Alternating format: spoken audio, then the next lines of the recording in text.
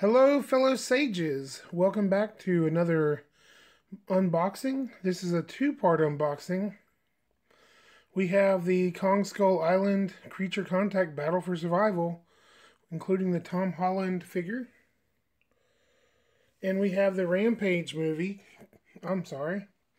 Rampage the movie, Contact Subject Ralph. And, of course, with Ralph the Wolf and a cool little missile launcher set. Let's go ahead and open one of these up. Okay, so we are starting with the Kong Skull Island Creature Contact set. Basically because chronological. After you open the end of the box, this card pretty much slides out intact, so you don't have to do much to get anything out. Like, you don't have to do anything besides cut open the side of the box. But once you have it out, you do have different parts you can see here sticking through the bottom that need to be cleared before you're going to be able to actually get anything all the way out of the card. This won't stand up on its own because the back, it doesn't have a level back, but generally you can see you still have weapons, honkin' spider, cool Jeep with mud on it, and of course Tom Holland all strapped in there. So let's go ahead and get this out some more. I'm going to cut the things off the bottom. Okay, so of course, when you first take it out, you still have a piece clipped under here that was keeping the Jeep kind of angled and more action-packed looking instead of just being a Jeep. I'll be getting that taken care of. There's a rubber band here holding Tom in. This part does flip up. Just like a World War I Jeep, or World War II Jeep, sorry. And pretty nice detailing. You got an antenna there, you get a gas tank, it's got the steering wheel, there's a bar there in the front, right behind where the driver is. So mud is on this side and this side. The actual decal for Sky Devils is only on one side. And of course you get the cool decal on top. Underneath, it's just plastic, but it is molded to look like the underside of a Jeep. Nice little touch there.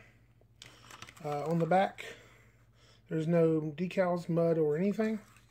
And on the front, you get nothing as well. So, if you were going to customize this, you might consider a paint job. Focus. Light may be a little bit harsh. Let's try to take that down a notch. Okay, so Tom Holland's figure has the injury that he actually got in the movie.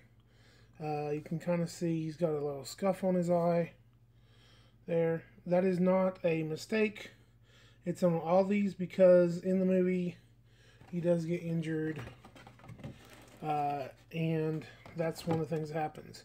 It's a really good likeness in general, except for it's still kind of weird seeing Tom Holland with blonde hair, even though he had blonde hair in the movie. This hair is almost too blonde in the fact that it looks almost like it's not even really that blonde. It should be, I would want it to be a little bit brighter blonde if I were going to go blonde with this. But as far as the figure, the body is a rain body from the core line. He has paint belt, on the belt buckle. The strap that holds the holster is painted, and even around the back, the strap that holds the holster is painted. So unlike some of these, they did do some extra painting. However, you can still see there's a lot more detail in this sculpt than what they painted. I've painted this body a few times myself. And I've seen other figures from when this figure line first came out with a lot more paint, especially around the breast. This ribbing right here on the chest, where the jacket kind of straps over the other part of the jacket, is usually painted. There's buttons there that get painted sometimes in the older figures. And you can tell that even though they did the strap here, the strap at his waist, the belt here, where all these pouches and everything, did not get painted, even though the front is all black here. So it's kind of like they did a little bit better than they do some core figures, but not that much. Okay, and last but never least with this set is the spider. To make sure that the legs didn't just go all over the place, they've got this plastic shell. You're going to have to cut a bunch of tape tabs around the sides of the shell for this to come off of your spider. We're going to go ahead and finish getting it out of the package. Okay, so let's look at scale for a second. In the movie, the spiders were above them in the bamboo forest. Sorry about the spoilers there if you didn't see the movie. But basically, you can see here that this spider is actually, while being huge, a little smaller than the spiders were in the movie because they had to shoot upwards to be able to shoot at the spiders' bodies. They were way above them in the bamboo forest. Now, the way that these legs are, they are all individually in a socket here, and the leg does pivot. The leg pivots on that socket. But other than that, they're not articulated. They are pretty much in the set pose. But, I mean, it does, with a little bit of effort, stand on its own. And it is still pretty cool because you can see here the Jeep and Tom Holland would be sitting in there, would still be right under the thing. So it's still pretty cool. You can still get a lot of great play action out of it if that's what you're looking for. If not, then of course it's just a creepy looking spider for all those D&D fans out there. And hope that they can use that if they're not going to use it for this. So this is the spider. Some great detailing all over the spider. You can see they did do some paint applications. And they did a good job of making this look almost like bamboo on the legs. And of course, on the back, you get all this detailing. There are these little appendages at the front, but they do not really do much. They'll swivel, but they don't do much. Pretty cool little spider. And this is a bin Kong Skull Island Creature Contact set, including Tom Holland's character. Okay, we're going to move along to the Rampage set next. Okay, so I forgot to look at the weapon card. I left these carded because I don't want to lose them just yet. I want to get them bagged up with Tom Holland. But you can see here, this is the type of grapple hook launcher type gun that you see with some of the figures. It does peg into Tom Holland's back. He has a knife that I believe will peg into a leg sheath, and he has a pistol. So this bigger pistol is really not going to fit anywhere. It's kind of sci-fi looking. But these are all standard core weapons from the line of figures that came out last year, or the year before last. Well, they've been out a while. Anyway, they're older weapons. Nothing special except for the coloring. And then, of course, you get a little bit of barbed wire for, more army building, base building. Okay, back to the Rampage Subject Ralph movie set. A few things you can see here. There is a missile launcher set. There is some sort of barricade that it has lights on it.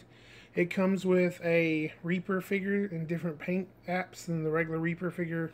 And all these Rampage sets, they put these little red tabs on the front of the guns to make them not real guns, which is kind of silly considering, the fact that they're not big enough that a cop would ever mistake them as real guns. If you look inside the package here, you can kind of see that there's actually a canister. All these came with the canister sets, the different canisters from the movie that had this stuff that turned into monsters. The back of the packaging basically just shows Ralph here, and of course is Lanard. It actually has a Warner Brothers logo down there because I guess they're helping with the movie. And of course at the bottom of the package you get your 3 sad onions. Onions are still so sad all the time. Anyway, there's your UPC code if you're ever looking for this online. Jaw-dropping action. Ready to destroy. This is, of course, like all these Lanard sets and all core figures in the USA, it's all a Walmart exclusive.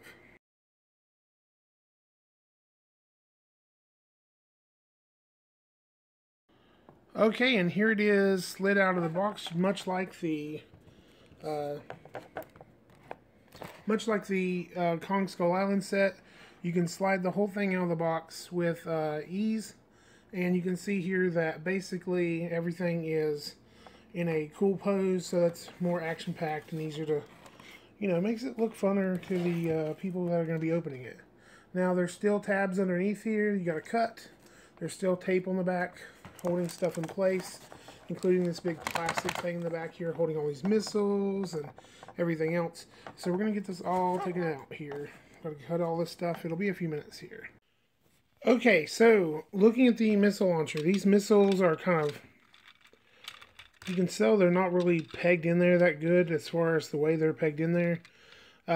I suggest when storing this, you may want to get a Ziploc baggie and twist tie it to the frame so you don't lose any of your missiles. But still, pretty cool. It has a way that it pivots around so you can point the missiles any direction. This does go up and down so that you can, you know, really shoot up into the air, anti-aircraft, that sort of thing. Very cool little anti-missile battery for your playset. As far as the rest of this, I'm telling you, you're probably going to need adult supervision to get this thing open. It is taking me a minute. I'll get to it, get it all out in a second. Okay, so let's look at Reaper first. Standard Reaper figure. He has paint applications on his vest, on his mask, and of course his knees, his boots. Pretty much a static figure. The arms do move up and down at this point right here, but that's all they do. The elbows don't bend, the legs and everything's pretty much stuck in place. In fact, for whatever reason, this is one of the few Reapers I've got, and maybe because it wasn't packaged the same way the other ones were, that doesn't want to stand up. I'm going to probably have to heat it with a heat gun to get him to where he'll stand up. But basically, that's Reaper. Here's Ralph. His mouth opens and closes, so you can show him in action. No head or neck swivel at all. The legs do bend, so of course you could make it look like he's on top of Reaper here, about to chow down. His tail is also static, basically, but pretty much that's the extent of the play features. Is his legs go up and down, and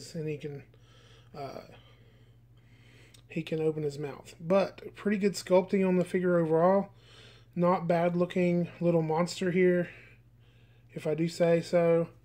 I love the airbrushing on it, where the fur has kind of like different patterns and different places where it's lighter and darker. They did a good job there. And of course, nobody wants to get bit by that. That's all I'm saying. So we got our canister from the movie. And you got some barriers. Like I said, these will slot out from this piece. So it's not one solid piece. Be aware of that. I don't see how this attaches to anything just yet. But it's also another piece of cool piece for if you're making any 18 scale dioramas. You get a lot of stuff for this set. Now it's time, of course, for those of you who already know, to reveal the reason I'm doing these together. This rocket launcher thing, battery, will get on the back of this Jeep. Let's go ahead and put that together. Okay, as you can see here, there's a ball joint here. Is what the rocket launcher battery pivots around. So basically, you can put it on the ball joint that's on the Jeep and have a missile launching Jeep. Here's the only thing that is the problem. If you leave the antenna on here, these missiles can only turn this way or straight. They can't turn the other way. And they can only go so far this way, which is kind of silly, but or else they're hitting the antenna. So just be aware that you may have to take the unpeg out that antenna. If you were really going to do this, that's a regular thing. Of course, they don't have their same paint scheme. You'd want to paint it. But for those of you who want a cool missile launching Jeep, this might be a way to get it. Buy both these sets, and you have a missile launching Jeep. Anyway, this has been my reviews or unboxing or whatever you want to call it of the 2 sets. I hope that you have a great rest of your day and pour on the plastic.